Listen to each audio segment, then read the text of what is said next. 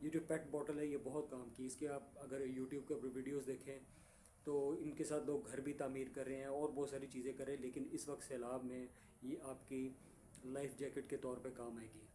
آپ کی دو بڑی جو 2 لیٹر والی بوتلیں ایک بندے کی جان بچا سکتی ہے. آپ جتنی ہو سکتی اکٹھی کریں, اسے آپ بوٹ بھی بنا سکتے ہیں اگر آپ کے پاس ٹائم ہے, جس طرح سندھ کے لوگ ہیں. اور اگر آپ پنجاب میں ہیں جہاں سیلاب آ گیا وہاں بھی کام آ سکتی ہے. اگر آپ نے پانی میں گزرنا ہے, بچوں کو پہنا دیں, 2 بوتلیں پہنا دیں اور باندھ دیں, اس کا منہ باندھ دیں اور بچوں کے ساتھ, تو وہ ڈوبنے سے بچاتی ہے. تو یہ بوٹل بڑے کام آئے گی آپ کے. یہ آپ نے تیاری کرنی ہے. ایک تو باخبر ہونا ہے, دوسرا آپ نے ایمرجنسی کٹ تیار کرنی ہے. اس ایمرجنسی کٹ کے ساتھ آپ کو بتایا کہ میڈیسن رکھیں اور پھر اس کے ساتھ ایک اسٹک رکھیں. اسٹک آپ کو سانپ سے کاٹے کا بچاؤ, یا کہیں آپ نے ڈاؤٹ ہے تو وہاں پانی کی گہرائی بھی دیکھنی ہے تو آپ اسٹک ڈال کے دیکھ سکتے ہیں. اور یہ پیٹ بوٹل جو ہے یہ آپ کے بہت کام آئے گی. اس کے ساتھ آپ نے کرنا کیا ہے کہ ان علاقوں میں جن میں ابھی سیلاب آنے والا ہے, گھر اور روزگار کا معذرت چاہتا ہوں, آپ نے اپنے گھر کا اور روزگار کا تحفظ کرنا ہے. وہ علاقے جو بالکل دریا کے ساتھ ہیں, وہاں ان کو پتہ ہے کہ جس طرح یہ ادھر مظفر گڑھ کے اندر سناوا اور یہ دوسرے جو ہے ہنجرا والی جو سائڈ ہے, یہاں تو آپ دیکھیں کہ کچھ علاقے نا جہاں دریا کا جیسے ہی اوپر ہوتا ہے تو ان علاقوں کے اندر گھر زیر آب آ جاتے ہیں. ان لوگوں نے کچی پٹی کے گھر, کچے گھر بنائے ہوتے ہیں.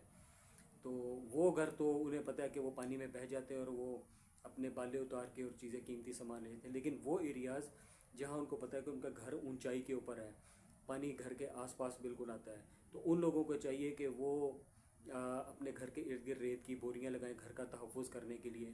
آپ کی الیکٹرانکس یا جو الیکٹرک کے جو اشیاء ہیں ان کو چھت کے اوپر رکھیں, اوپر والی جہاں پانی سے خراب نہ ہو, ان کا فرنیچر یا دوسرا سامان ہے.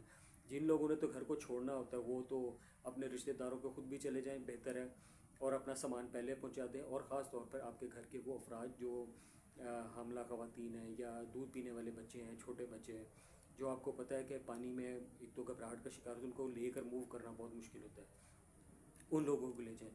اچھا, دوسرا یہ ہے کہ اس کے ساتھ ساتھ آپ نے ذہنی سطح پر خاندان کی تیاری کرنی ہے. یہ بہت امپورٹنٹ ہے. پہلی بات تو یہ ہے کہ آپ نے سب کو ذہنی سطح کے اوپر تیار کرنا ہے کہ سیلاب 1 دن 2 دن یا 5 دن کے اندر آپ کے علاقے میں پہنچ جائے گا. تو آپ نے ان لوگوں کو تیار کرنا ہے کہ آپ نے اپنے سامان کی پرواہ نہیں کرنی. جو قیمتی سامان ہے آپ لے جائیں ساتھ, اور اگر آپ زیادہ سامان لے جا سکتے ہیں تو آپ لے جائیں. اور باقی جو سامان ہے جس کو سمجھتے ہیں کہ یہ چوری کا ڈر اس کا کم ہے یا نقصان کم ہے, اس کو اوپر والی منزل پہ رکھتے ہیں. اور اس کے بعد اپنے فیملی کے لوگوں کو, جب آپ کو پتہ ہے کہ 24 گھنٹے 48 رہ گئے, تو کوئی بھی ادھر ادھر گھومنے نہ جائے. بہت سارے لوگوں کو دیکھا گیا, ابھی ویڈیو سوشل میڈیا پر لگی ہوئی تھی کہ وہ دریا کے پلوں کے اوپر بند پہ جا کے نظارہ لے رہے ہیں. دیکھیں یہ مذاق کی چیز نہیں ہے.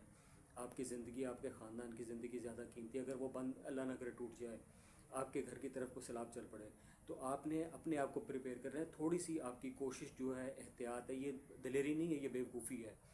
تھوڑی سی احتیاط جو ہے وہ آپ کے خاندان کی زندگی بھی بچا سکتی ہے اور آپ کا نقصان بھی کم کر سکتی ہے. اپنے لائف سٹاک کو پہلے موو کر لے. 2010 کے سیلاب جب آیا تو اس میں اس علاقے میں جانے کا میرا اتفاق بھی ہوا, میں نے کام بھی کیا اس علاقے میں.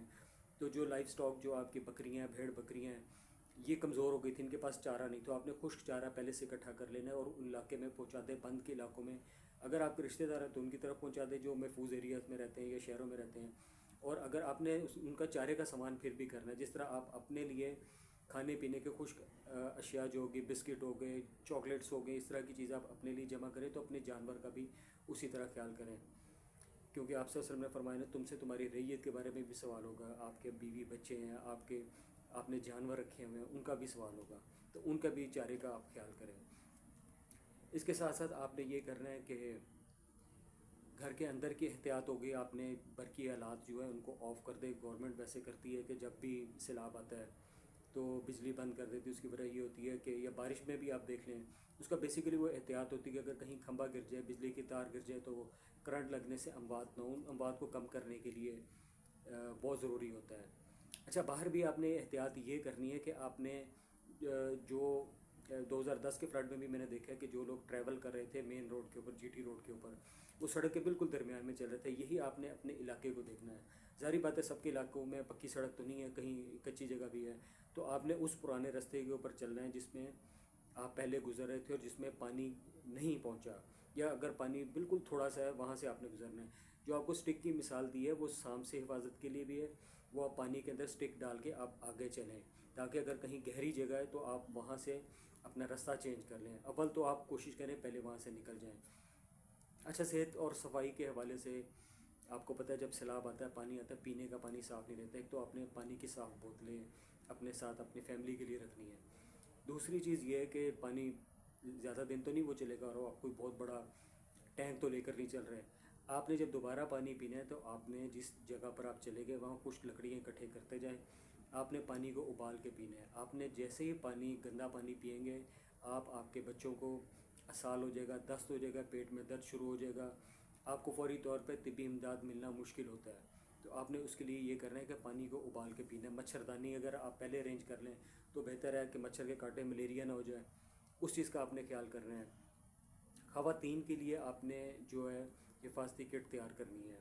آپ کو پتہ ہے کہ خواتین اللہ تعالیٰ نے ایک نازک چیز بنائی ہے، تو اسی طرح ان کا خیال، چونکہ یہ اللہ تعالیٰ نے بنائی گھر کے لیے ہے، تو جب یہ باہر نکلے گی اور اس طرح کی آفات میں نکلے گی تو وہ زیادہ حساس ہو جاتی ہے۔ تو اس کے لیے خواتین کی جو کٹ ہے وہ آپ نے ضرور تیار کرنی ہے، جس کے اندر جو ہے سینیٹری نیپکن ہوتے ہیں، پھر اس کے علاوہ صابن ہے، ڈیٹول آپ رکھ لیں، روئی رکھ لیں، اس طرح کی چیزیں آپ رکھ لیں۔